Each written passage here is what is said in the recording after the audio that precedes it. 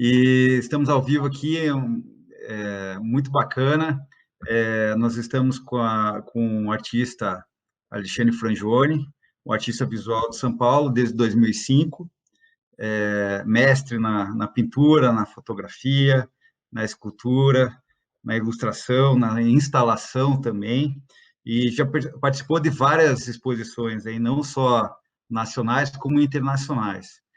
E para mediar, nós temos aqui a curadora independente, a Adriana Reid, também, que vai conversar com o artista, vamos falar sobre processos criativos, falar um pouco sobre a trajetória, muito bacana, e também pontuar algumas questões que são muito importantes, em especial a participação do Frangioni com o Museu Alfredo Andes, com esse nosso ícone da arte paranaense, né? A Adriana, ela é curadora, como eu falei, é curadora independente, atua na exposição anual da Chapel Art Show desde 2009 e atuou como co-curadora também do MAN de São Paulo e fez várias curadorias entre o Museu de Arte de Joinville, o Sesc de Curitiba, a Caixa Cultural, o MAC da USP, né? E também presta consultorias para acervos e coleções de arte. Então, é com vocês, Adriana. Olá, eu primeiro agradeço pelo convite. Nós vamos começar agora então, a contar um pouquinho. Um porém. E aqui é coisa informal. Primeiro, agradecer toda a equipe do museu que presta nosso suporte, né? O setor de pesquisa, nossos estagiários, todos os nossos funcionários, porque, apesar de nós estarmos aqui, tem muitas pessoas por trás que trabalharam para a gente poder chegar nesse ponto. Obrigado. Bom, queria agradecer a oportunidade e dizer que é uma honra fazer essa exposição com o artista Alexandre Frangioni, que é realmente um artista que eu admiro muito e acompanho o trabalho há muitos anos. E eu só queria lembrar, Vidal, que você falou pouco no Museu Casa Alfredo Andersen. Parece que tinha até um vídeo que ia ser colocado, né? Como nós falamos, está tudo informal.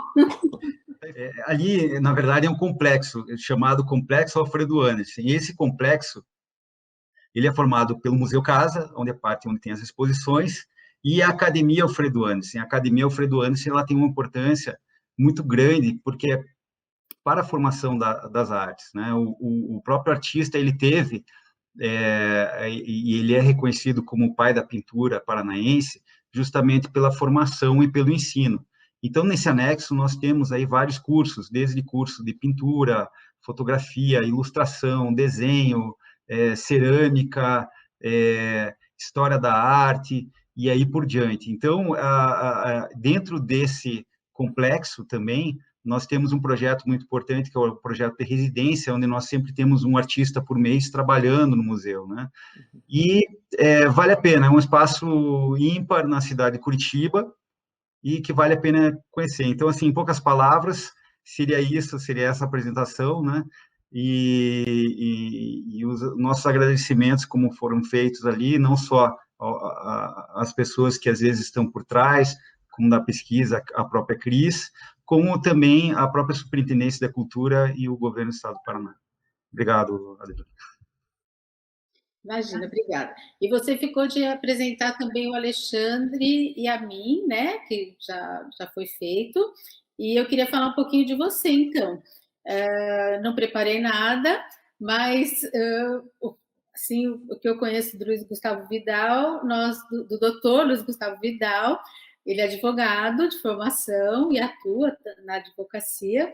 Nós nos conhecemos em uma live, inclusive, que é um amigo comum, professor da Universidade Federal do Paraná, o artista e também advogado Marcelo Conrado, promoveu essa live conosco e com o professor Portinari, filho do Portinari, e nós nos conhecemos ali, tivemos uma interação e passamos a nos falar bastante a partir dali, falar muito sobre arte, porque o Luiz Gustavo Vidal também é artista além das suas atividades como advogado, diretor do Museu Alfredo Andes, diretor do Centro Juvenil de Artes Plásticas também.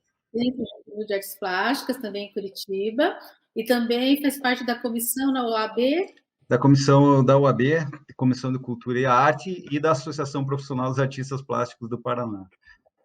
Isso, então, do Paraná, em Curitiba, o doutor Luiz Gustavo Vidal, Vidal para, ou Gustavo para muitos, e além de ser um artista talentoso, dirige esse museu lindo, né, que era a casa do artista Alfredo Anderson, né, nascido no século passado.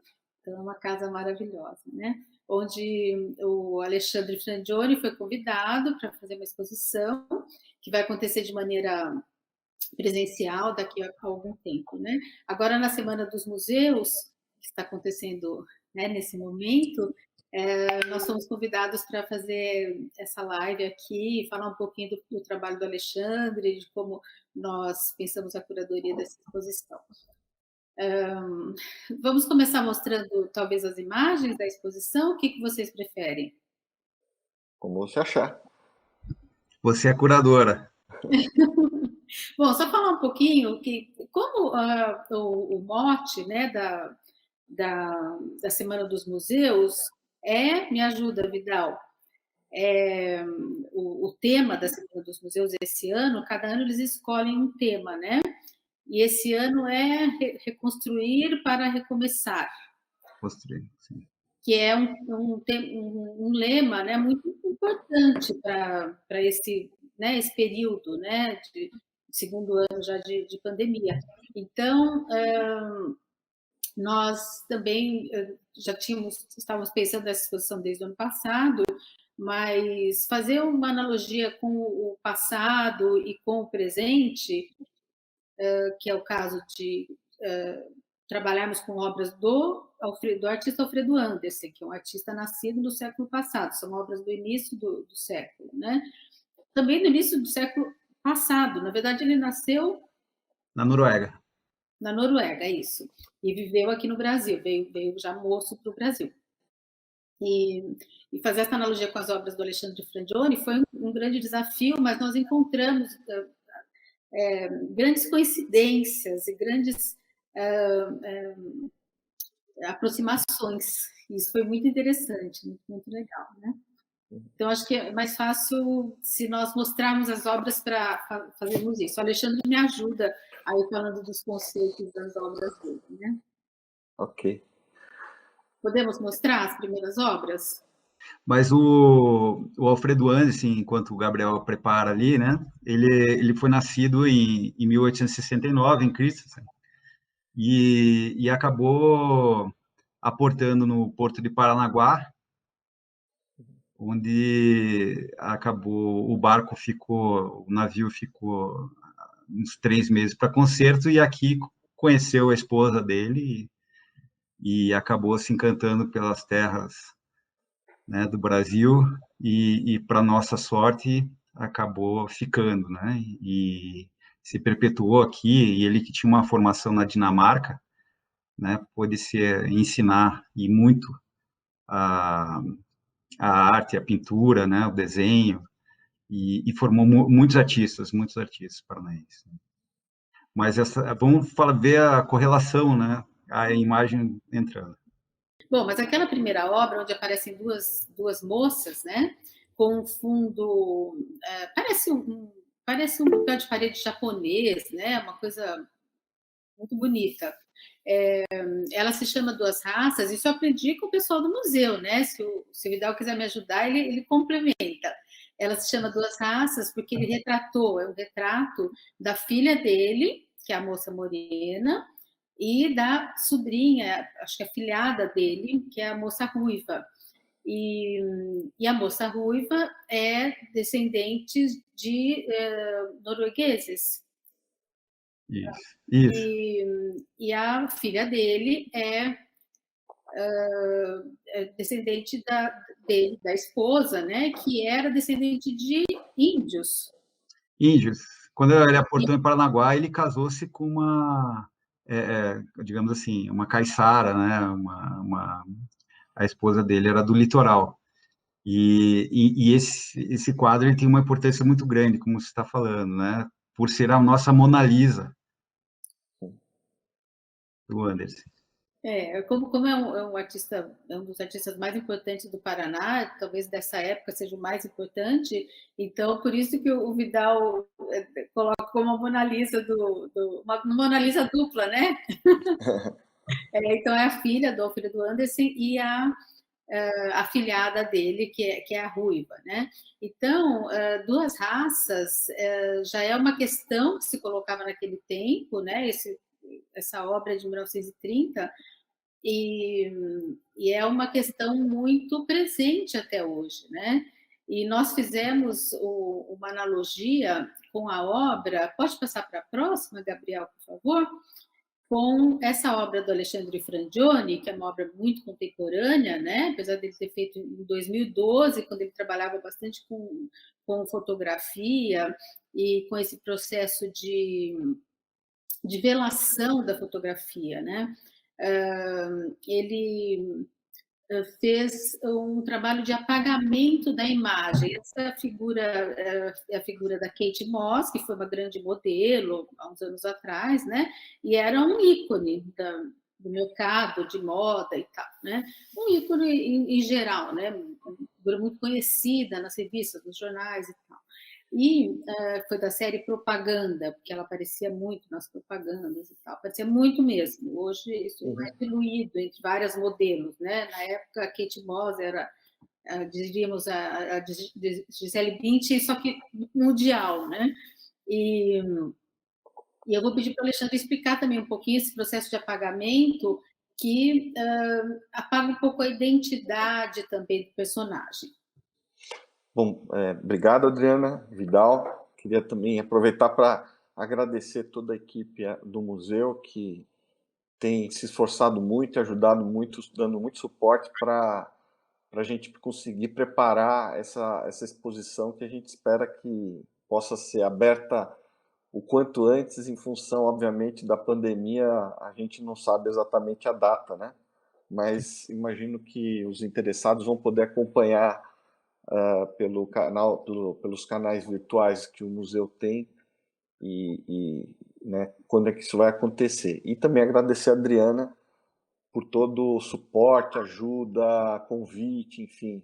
A Adriana, grande curadora como é, e amiga também, sempre ajudando todos os artistas que estão no entorno dela, né? Então, é isso mesmo, essa questão que você estava falando desse apagamento da identidade, né? É uma época, lá em 2012, já é um trabalho mais antigo. Nesse caso, eu estava utilizando as próprias propagandas que existiam nas revistas. Então, eu pegava essa revista, recortava essa imagem da revista e fazia esse apagamento com solventes, extraindo as impressões de tinta que a própria revista tinha. E com isso, no momento em que eu estou retirando essa identidade dessa pessoa famosa, eu acabo mudando o que é uma propaganda para o que passa a ser um retrato, né? A representação do retrato que você desvinculou completamente da propaganda, não só como tipo do suporte que é a propaganda na revista, porque ela já perdeu essa sua característica a hora que você arrancou aquela página dela, né? Não deixa de ser uma revista para ser um papel, né? E aí você retira essa identidade da pessoa. Então, você está trazendo a pessoa que está ali, não é mais a Kate Moss, é qualquer pessoa que está ali. Que é essa relação com o trabalho do Alfredo Anderson, dada o período, que era retratar as pessoas. Obviamente que naquela época o retrato tinha também uma questão muito ligada à fotografia, né? A gente está falando de uma época que a fotografia não tinha a mesma facilidade e a mesma repercussão que tem hoje. Então, todo esse processo de retirada dessa identidade é para justamente criar o reforçar o retrato, o reforçar o papel do retrato em si e não o uso desse retrato que você tem hoje em dia, como é no caso da propaganda ou da celebridade, né? Eu queria só acrescentar, se o Gabriel puder voltar na primeira imagem, que as duas personagens, né, a filha e a afilhada do Alfredo Anderson, do artista Alfredo Anderson, elas não olham para o espectador, elas estão olhando para outra posição, né? E que talvez seja uma característica da época. E a época na hora de retratar, mas de recato, né, das duas e tal. Agora, a Kate Moss, do Alexandre, ela mira diretamente o espectador, né? E, então, essa questão das raças também a gente pode colocar como presente também nas duas obras, né? Porque a Kate Moss, uma modelo branca e tal, porque ali está sendo retratado o rosto dela mesma, é a persona, né? É a pessoa. Não é ela não está fazendo um personagem ali, é a Kate Moss, né? Por isso que o Alexandre pegou bem a figura dela para fazer esse trabalho. E no caso das duas moças, são a filha e a afilhada. Mas era só essa observação que eu queria fazer, que me chamou a atenção. Não, além da miscigenação, né, é interessante que essa obra ela participou já de 2 bienais, inclusive a Bienal de São Paulo. Então, ela tem uma importância muito grande. E ainda mais naquela época pré quase modernismo ali, né? Uhum. É bem importante mesmo essa obra. Podemos ir para a próxima.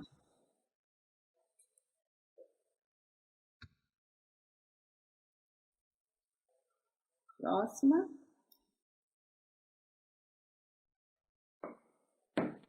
Essa obra do Alexandre, eu conheço ela há muitos e muitos anos, né?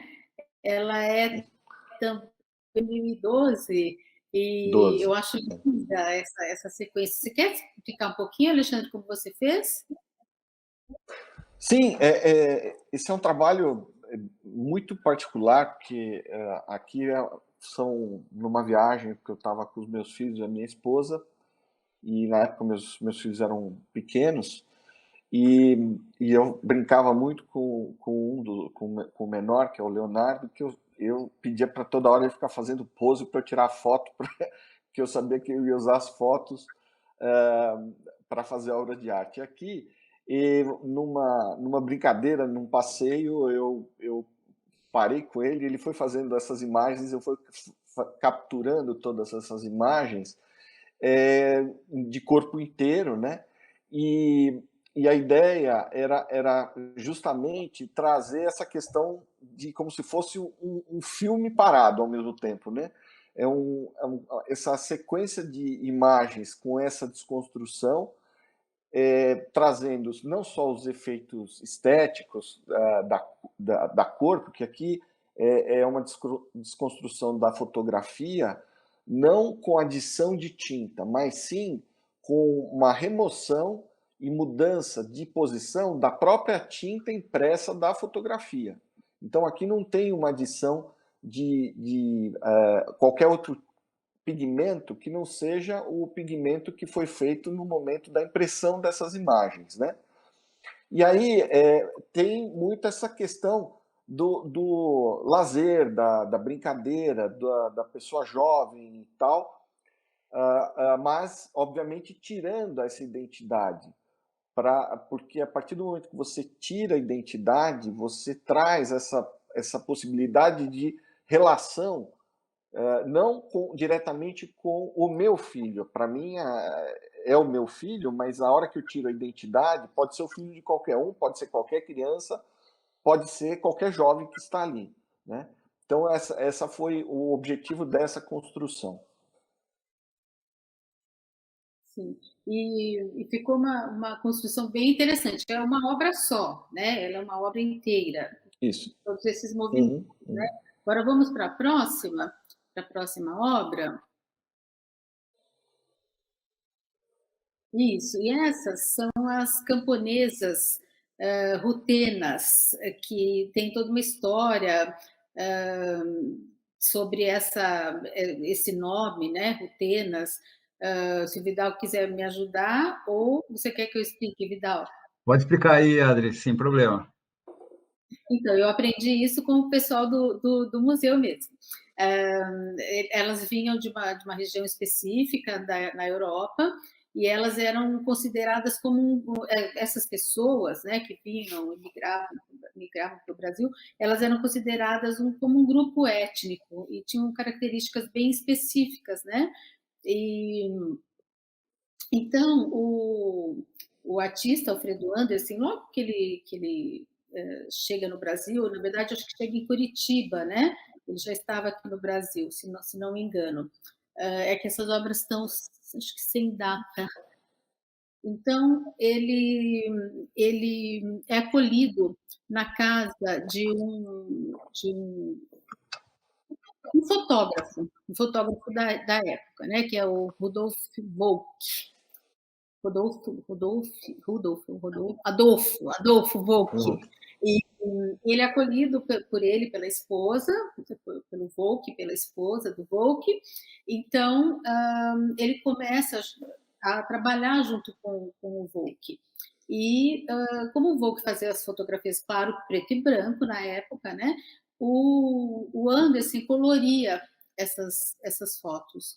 Mas é de um colorido tão lindo, tão vibrante, né? Tão lindo, que essas obras se tornaram, né, pinturas do Andersen. E estão preservadas, elas fazem parte de um acervo de um outro museu, do Museu Paranaense, lá em Curitiba, e são maravilhosas, né? E nos dá a impressão de que, através da pintura das roupas, dos detalhes das flores, cada detalhe dos babados, aqui das golas, dos corpetes, dos vestidos, dos chales, ele tentava dar uma identidade para cada uma delas, porque elas eram consideradas meio iguais, né? As rutenas, né? Quer dizer, aquelas mulheres, né? Então, eu acho esse trabalho esplêndido dele, né? Se a gente puder ir passando uma a uma, acho que tem. É, além, né, Adri, da intervenção, né, sobre a fotografia, que é o Anderson lá atrás, numa época que, né, poucas pessoas intervinham em cima, ele fez uma intervenção em cima das fotografias, uma coisa que hoje na arte acaba sendo um pouco usual, e vários artistas trabalham, como o próprio Alexandre, essa intervenção. Então, quando a gente coloca a questão temporal, né, então a gente comunica o tempo lá de trás, de outrora, com agora, né, o Alexandre também, essas intervenções, e como que o produto e as coisas se reciclam, né, enfim, é esse entendimento, né. O Alexandre, até, se puder falar um pouquinho. Eu acho interessante que existe a questão de uma técnica inversa, né? Eu estou retirando a tinta para criar um determinado conteúdo na fotografia, que é caracterizar o retrato através da despersonalização do indivíduo, enquanto que o Anderson reforça esse retrato, essas características, como a Adriana estava falando, né? Ao colorir a roupa e os traços dessa fotografia que era originalmente em branco e preto, para poder caracterizar essa etnia que eram as rutenas, né? Essa cultura que estava envolta com as rutenas. Então, através de um processo oposto, um de construção e outro de desconstrução, a gente acaba atingindo o mesmo efeito, que é o efeito de reforçar o que a gente está retratando, né? Então, nesse sentido que existe uma ligação bastante forte entre esses trabalhos. Se o Gabriel puder ir passando as próximas, que nós temos, acho que, uma imagem de cada aí. E eu acho interessante notar também que na época já existia esse processo de pedir para algum artista colorir a obra, né? Fazer uma coloração na obra. Mas o Andersen, pode ir passando, Gabriel. O Andersen, ele fez isso de uma forma assim, extrema, né? Diríamos assim. Ele fez uma pintura maravilhosa em cima de cada foto, né? Como nós podemos ver aí. Pode ir, Gabriel. Isso. E a saturação também, A né? saturação, exatamente. Parece que ele fez realmente uma mesmo em cima de cada um. E fez mesmo, né? Agora, acho que nós podemos, aquela relação que nós fazemos com a obra do Alexandre, pode parar um pouquinho aí, Gabriel. Aquela relação que nós fazemos com a obra do Alexandre, de apagamento de trabalhar a foto, que inclusive aquela foto que nós estamos falando, do filho dele, está atrás dele ali no estúdio. Você está no estúdio agora, né, Alexandre? Aquele ali, eu estou no ateliê. A foto que nós estamos falando, o trabalho, a obra. Está ali. E, bom, hoje nós estamos todos... Eu também estou com uma obra do Alexandre Frangioni aqui atrás, olha. Atrás de mim, aqui, ó. Não sei se dá para ver. Da série Êxodo. Uma caixa de acrílico com os cofrinhos. E nós fizemos o cenário aqui, né? E, bom, então, já partindo para a próxima obra, nós tivemos também uma relação de uma obra do Alexandre com esta específica, com essa camponesa rutena, né? Que o Alfredo Andersen e o Adolfo Volk, né? Que foi o fotógrafo, produziram. E no caso dessa, nós fizemos uma aproximação bem estética mesmo. Se o Gabriel puder passar para a próxima, nós vamos mostrar a obra do Alexandre. Eu adoro essa obra, eu acho ela maravilhosa, que é o Jogo da Velha, onde, não sei se vocês conseguem perceber aí pela imagem, são selos da Rainha da Inglaterra. Eu adoro o título, Jogo da Velha. Um Jogo da Velha com a Rainha da Inglaterra, a Rainha Elizabeth II. E essas várias cores, né, deixam assim, a obra maravilhosa esteticamente. E, então, eu fiz uma aproximação estética com a obra rutena, com aquele chale vinho anterior. Mas vocês veem que tem um processo de apagamento também, de velamento da imagem, que o Alexandre vai colocar para nós, já falou um pouco sobre isso. E então, enquanto o Andersen ali buscava destacar características importantes, trazer identidade para uma das rutenas, o Alexandre aqui está tentando desfazer o mito. Basta, o Alexandre. Fala um pouquinho, Alexandre. Esse trabalho, ele também partia de uma imagem de fotografia de revista, onde eu me apropriei dessa imagem e conjunto de 9 selos, né, da Rainha da Inglaterra, e aí comecei a fazer uma brincadeira em cima disso, né? Eu acho que a arte também, a gente tem que utilizar um pouco de humor para certas coisas. Então, o que eu fiz? Eu fiz uma aproximação entre o nome da brincadeira Jogo da Velha com a própria característica da idade da rainha, obviamente, e eu fui fazendo esses apagamentos de tal forma que eu deixei a esfinge da rainha aparecendo em alguns selos, em outros selos eu deixei aparecendo só a coroa dela, que ela nessa esfinge está usando uma coroa, e em alguns outros selos ela completamente apagada. E aí, para completar esse jogo, eu trabalhei com diferentes cores antes da impressão para poder fazer essa montagem multicolorida, né? Também dentro desse conteúdo dos nove selos, né? Ou das 9 imagens que são os quadradinhos, né? do Jogo da Velha, né?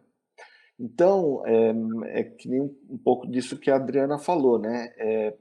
Brincar um pouquinho por trás disso, e nessa brincadeira, trazer algumas questões, né? Qual é a importância da rainha para a sociedade como um todo, qual o papel que ela faz, quais as brincadeiras que a gente acaba vendo hoje em dia em tudo quanto é lugar, mas obviamente sempre descaracterizando, nunca de uma forma debochada, mas de uma forma mais crítica desse papel e dos jogos que a gente pode fazer dentro da arte, né? Por isso que eu digo que o Alexandre é um iconoclasta, né? Um iconoclasta é uma pessoa, um escritor ou um artista ou alguém que brinca ou tenta quebrar com os ícones, né? E eu gosto muito dos iconoclastas. O artista Nelson Lerner era um grande iconoclasta. É o meu artista preferido assim na vida, né? Já falecido. Vamos para a próxima? Bom, eu acho aqui, como é uma carta próxima, o museu tem um acervo de cartas, né, do Alfredo Anderson. Você quer falar um pouquinho, Vidal? Acho que pode falar, Adri. Você. Bom, eles me passaram, né, a equipe maravilhosa do Museu Alfredo Anderson, a equipe que trabalha com o Vidal, me passou né, uma série dessas cartas e nós encontramos várias analogias com o trabalho que o Alexandre faz, porque o Alexandre tem um trabalho bem interessante com a questão do valor monetário das coisas, né? Ele me contou uma história há muitos anos atrás de uma pessoa que ele e o pai conheceram e que me chamou muito a atenção essa história, uma questão de acumulação, uma questão de perda de valor monetário, também relacionada de alguma forma com documentários sobre guerra que o Alexandre assistia. Você quer falar um pouquinho, Ale? Posso, lógico. Na realidade, o que surgiu, né, com relação a essa série que eu comecei a trabalhar em 2015, né, uma série chamada, um projeto que eu desenvolvi que chamava Moedas, né? Eu acho que o Gabriel pode ir para a próxima imagem, que é a obra do Alexandre, né? Gabriel, vai para a próxima, isso. E aí nessa série Moedas, ela surgiu inicialmente como a Adriana comentou, meu pai tinha um amigo, um grande amigo, que era acumulador, né? E ele juntava as coisas na casa dele, era uma loucura. Ele alugava a casa e a coisa começava a ficar tão ruim, que era aqueles acumuladores de lixo mesmo, que a coisa ficava uma loucura. Meu pai, queriam despejar ele, meu pai tinha que ir lá, convencer ele de mudar de lugar, mandar uma equipe para fazer uma limpeza na casa. Era toda vez isso era uma loucura, né? E era um senhor já de idade, que era espanhol, e que em um determinado momento decidiu voltar para a Espanha, já com seus 80 anos, 80 e poucos anos. E meu pai ficou de fazer a limpeza da última casa que ele estava, mandou uma equipe e tal. E na hora que essa equipe começou a tirar as coisas, começaram a encontrar sacos e sacos cheios de dinheiro. Encheram sacos com cédula de dinheiro de tudo quanto era tipo. E era, obviamente, dinheiro que já não tinha mais valor nenhum, né? Porque ele foi acumulando isso na época da hiperinflação brasileira. Tinha lá moedas, cédulas de vários tipos de cruzeiro, cruzado real, enfim. Tinha tudo, um monte de coisa que era só papel naquele momento, né? E o meu pai me falou assim, poxa, você não quer dar uma olhada nisso? Me entregou todos aqueles sacos e tal. Eu comecei a separar, a lavar e tal. Comecei a mexer com isso porque desde pequeno eu sempre colecionei selos. E meu pai sabia que eu gostava de selo, então ele falou, quem sabe você gosta de mexer com moedas, né? Com cédulas. E a partir disso, eu comecei a trabalhar com a memória. que tinha por trás dessas cédulas, né? Baseado no quê? Assistindo, obviamente, muitos documentários sobre a Segunda Guerra Mundial e tudo mais, uma das coisas que sempre me chamou muito a atenção foi o fato que os judeus sempre mantiveram viva a memória da Segunda Guerra, apesar de ser uma coisa muito crítica, né? Uma coisa horrorosa para eles mantiveram viva essa memória para que isso servisse de aprendizado para gerações futuras. Por mais difícil que seja para eles aceitarem o que aconteceu, conviverem na realidade com o que aconteceu e não aceitarem, porque eu acho que é inaceitável, né? Eles mantiveram isso vivo. E eu comecei a pensar na minha realidade, ou seja, eu como brasileiro, vivendo num país onde livre de guerras e tudo mais, quais foram as grandes dificuldades que eu vivenciei no país e que eu já sou... eu era muito pequeno na época da ditadura, então não consegui viver isso de forma intensa. Mas a época da hiperinflação foi uma coisa que eu vivi intensamente e que eu via que aquilo lá, os efeitos que aquilo teve para a população como um todo. Então, a minha primeira questão foi começar a falar sobre essa memória, não de uma forma destrutiva ou crítica, mas sim de manter viva essa memória para que as próximas gerações pudessem entender as dificuldades das gerações anteriores, né, com relação a uma série de dificuldades que elas atravessaram e hoje a gente não convive com essas dificuldades. Então, dessa série, dessa conjunto de trabalhos, desse projeto Moedas, né, surgiram alguns trabalhos que depois se desenvolveram na forma de séries, que a gente vai ver um pouquinho mais adiante, com a série Êxodo, que é esse dos cofrinhos, que a Adriana comentou. Mas, ao mesmo tempo, essa imagem que o Gabriel colocou aí, que é a imagem da memória, essa aí é a memória mista 3, né? O que é essa representação? Dentro desse conceito da memória, isso é um conjunto de selos que estão fundidos dentro de uma resina. Então, são camadas de selos que foram sendo fundidos na resina. E por que isso? Porque cada selo desses conta uma história. Os selos comemorativos dos países, cada um deles conta uma história. Ou é uma comemoração de um centenário, ou está falando de uma personalidade, enfim. Cada uma desses pequenos papeizinhos que a gente usa, ou usava, né, antigamente, para mandar carta para os outros, que hoje já é uma coisa extinta, né, praticamente, conta uma história.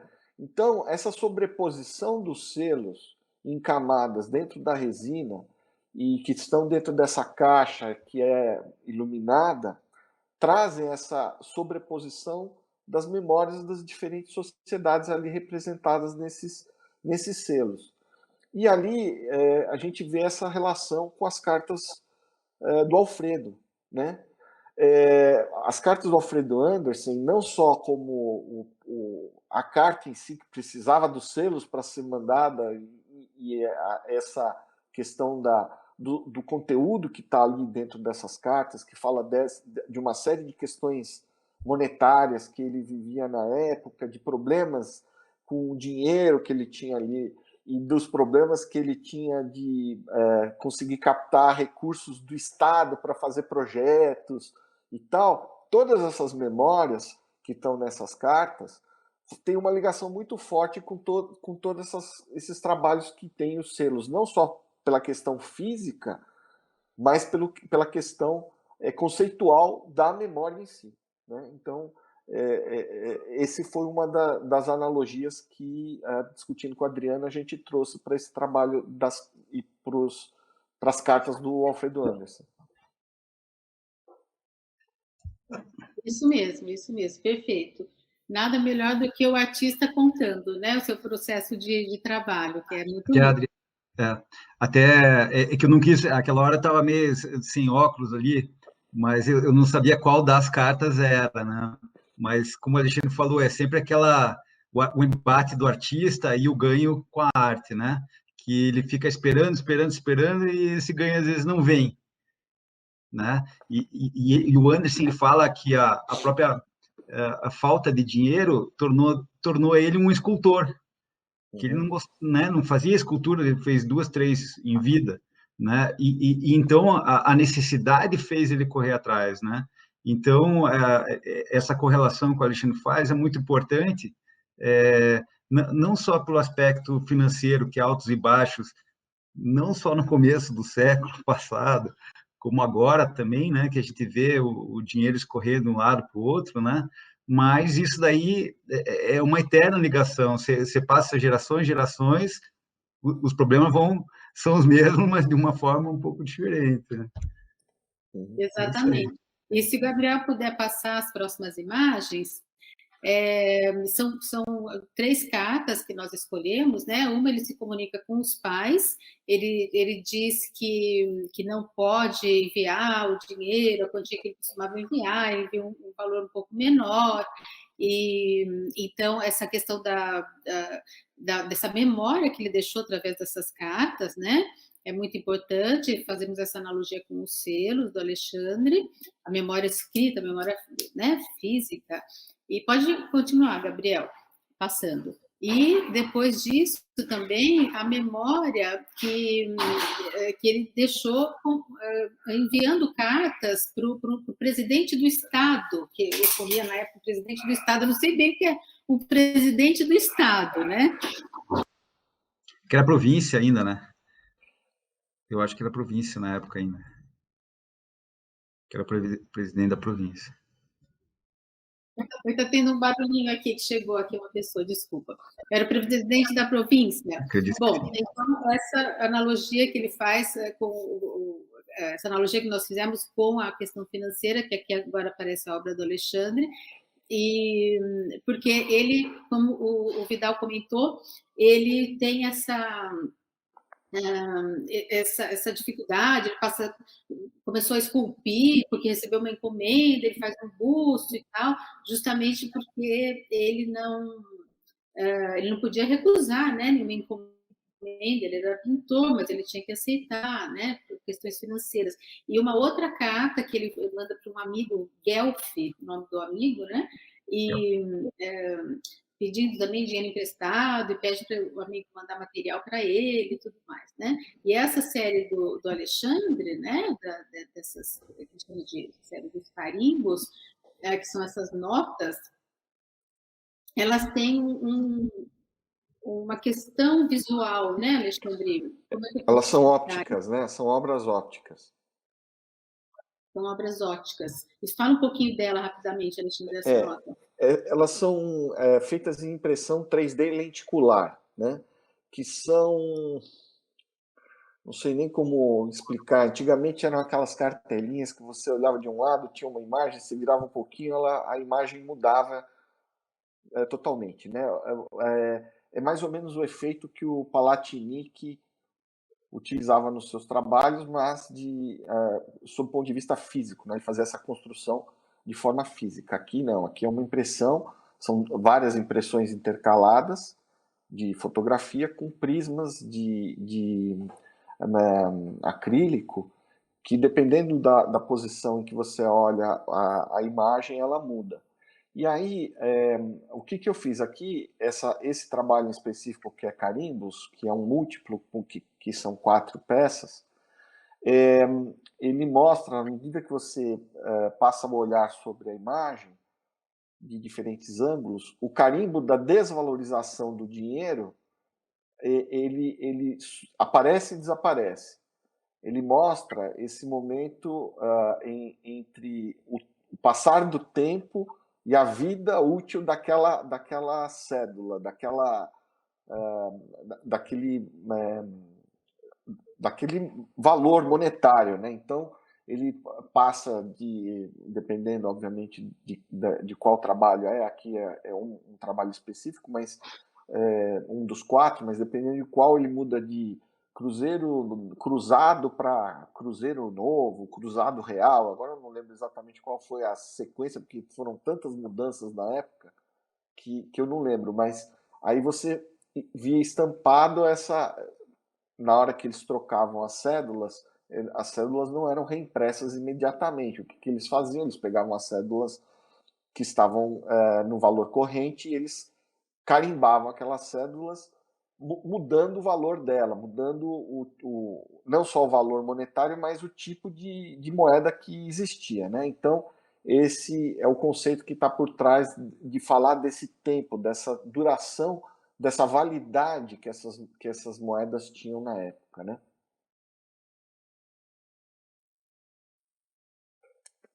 Isso, e é uma série, né? Uma série dessas notas que o Alexandre tem.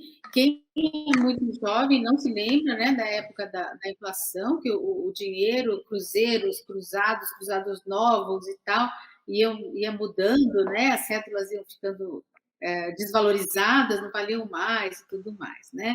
Pode seguir, Gabriel. Então, são essas várias cartas que nos fizeram fazer essa analogia com esse trabalho do Alexandre. Pode seguir, Gabriel. Bom, série Êxodo, que é um trabalho que o Alexandre desenvolve há alguns anos e é um sucesso incrível, né? É um sucesso de público, de museu, de galerias. É um trabalho lindo que ele desenvolve, que são esses cofrinhos, né? Esses cofrinhos lembram os cofrinhos que eram distribuídos até pela Caixa Econômica, se eu não me engano, né? Por um banco ou era Banco do Brasil, eu não me lembro mais. Banestado. Um banco que não existe mais, né? Distribuíam os cofrinhos de plástico para as crianças, para a poupança. A poupança era uma coisa assim muito valorizada, né? E eu vou deixar o Alexandre falar um pouquinho mais dessa série Êxodo, porque é realmente uma série que eu adoro. Então, essa série, esses cofrinhos, né, que tem essa simbologia do porquinho, eles são feitos em impressão 3D. Né? Eu tenho as impressoras aqui, num determinado momento eu fiz um projeto desse cofrinho, adaptado para a colocação de uma única moeda, ou seja, você só coloca uma moeda em cada porquinho e acabou, não cabe mais nada. Né?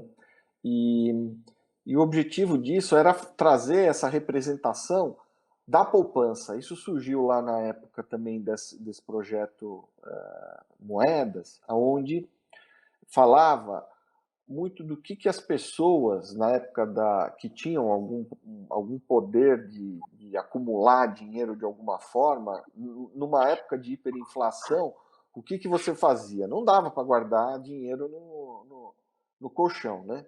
E o dinheiro se desvalorizava numa velocidade absurda. Então, as pessoas compravam dólar, né? Então, o dólar ou algum outro tipo de moeda forte, mas aqui no Brasil a característica maior era a compra de dólares. Então, eu comecei esse trabalho com esse título Êxodo, essa série, né, que se criou Êxodo, que falava desse caminho que essas pequenas economias tinham e procuravam e se formavam para seguir algum objetivo comum, que era tentar manter esse valor, essa sua economia ainda com algum poder mínimo de compra, enfim, de alguma coisa. E aí isso começou também a trazer muito a questão dos valores nas sociedades, né? Porque cada sociedade tenta preservar seu patrimônio de formas diferentes. Aqui no Brasil as pessoas compravam dólar. Se você vai falar nos Estados Unidos, as pessoas investiam na bolsa de valores, né? Cada sociedade tem a sua forma diferente de conviver e administrar essas questões. Então, essa série Êxodo, ela começou a ganhar uma potência diferente. Ela começou a crescer em termos de possibilidades de discussão, né? E tanto é que muitas instalações que foram feitas, elas começaram a traduzir questões mais atuais, não aquelas questões da época da hiperinflação, mas questões do tipo, eu tenho instalações feitas onde os cofrinhos estão seguindo o Charging Bull do Wall Street, que tem essa conotação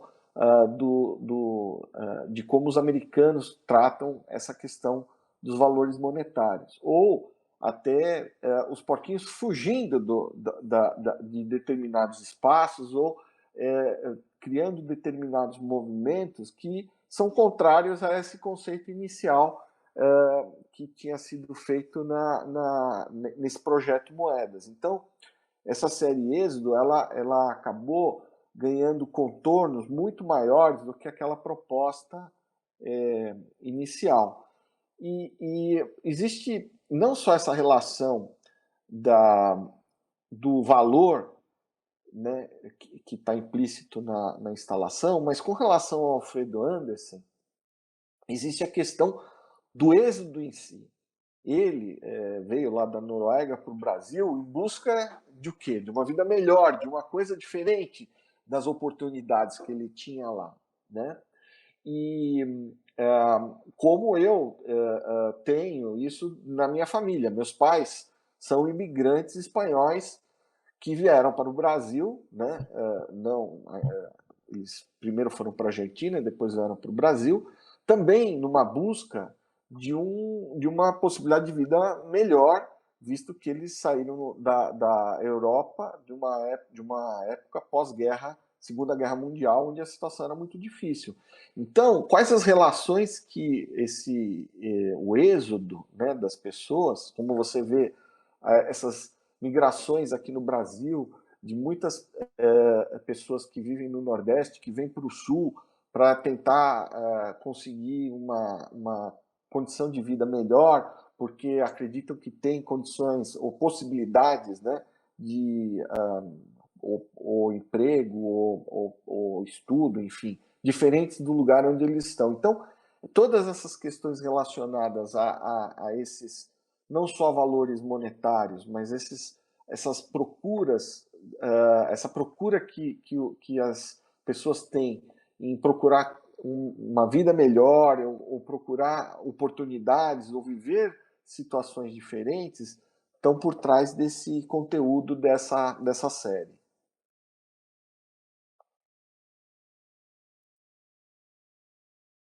Tá sem som, Adri. E essa série, o Alexandre já aplicou de muitas maneiras, né?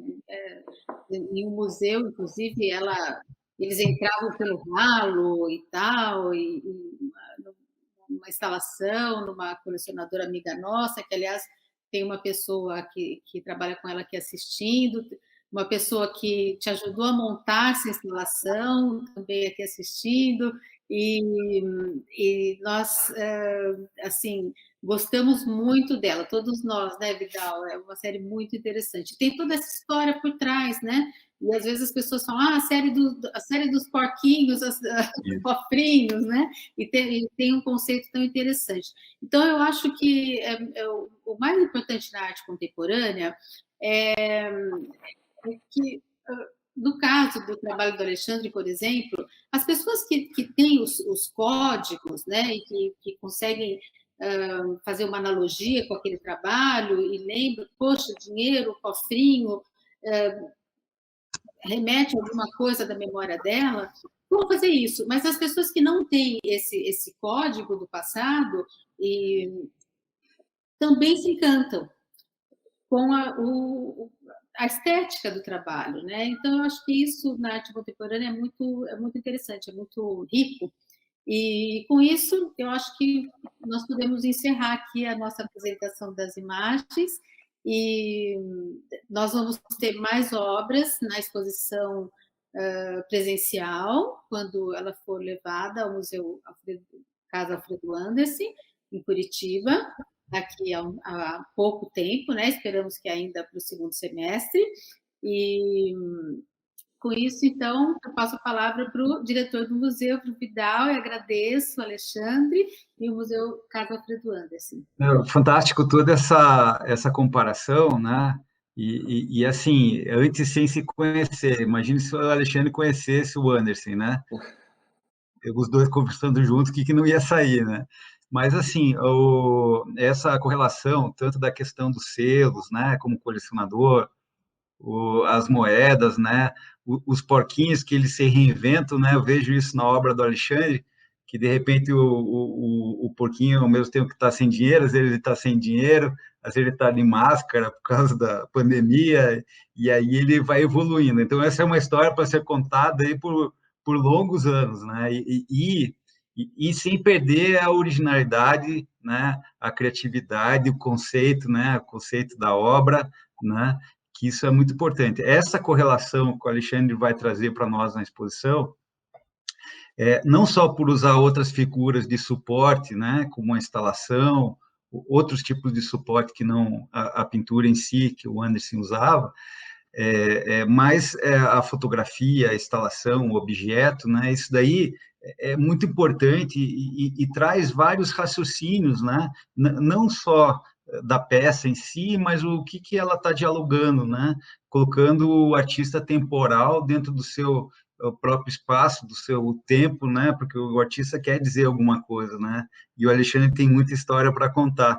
Então, vamos deixar esse gostinho de quero mais para a exposição, né, que vai acontecer, e eu só tenho a agradecer tanto o Alexandre, a Adriana, pela oportunidade, né, toda a equipe do Alfredo Anderson, do museu, em especial a Cris, nossos estagiários, a Aline, o Gabriel, né, e toda a equipe do museu. Né? Eu acho que vão acabar com um vídeo, né, Gabriel? Eu acho que vai um vídeo institucional que era para ter acontecido no começo, e vai ficar para o finalzinho para conhecer um pouco o museu quem não conhece, né? E só agradeço, Alexandre. Obrigado também pelo tempo aqui que vocês estão investindo na realidade, né?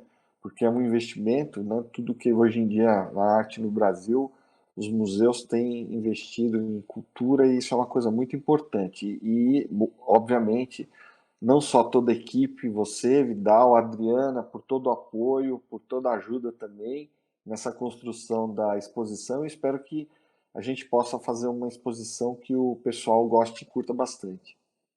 Com certeza. É uma exposição que não pode se deixar de ir, em hipótese alguma.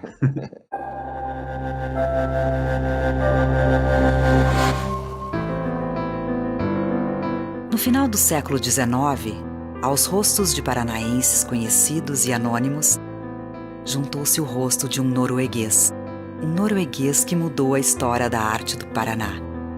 Em 1892, o pintor Alfred Emil Andersen saiu de sua terra natal rumo a Buenos Aires. Quis o destino que seu navio ancorasse em Paranaguá, para fazer alguns reparos técnicos. Alfred desembarcou e não voltou para o navio. Virou Alfredo. Morou 10 anos no litoral e, depois de conhecer Curitiba, mudou-se para a capital paranaense. Em 1915, o pintor passou a dar aulas em sua residência, onde também mantinha seu ateliê.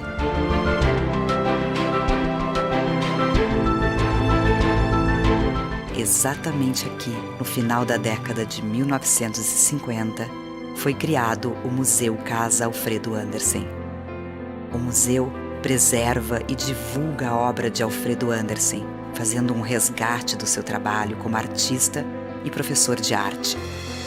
Na parte histórica da casa são expostas cerca de 400 peças do acervo, entre desenhos, pinturas, estudos e objetos pessoais. O museu também reserva espaço para a produção de outros artistas. E dando continuidade à vocação do mestre Andersen, no anexo da casa são oferecidos diversos cursos e oficinas de artes a preços populares, além de uma programação sempre atualizada de atividades culturais e educacionais. Alfredo Andersen, eternizado como o pai da pintura paranaense, ficaria orgulhoso de ver como sua casa está hoje.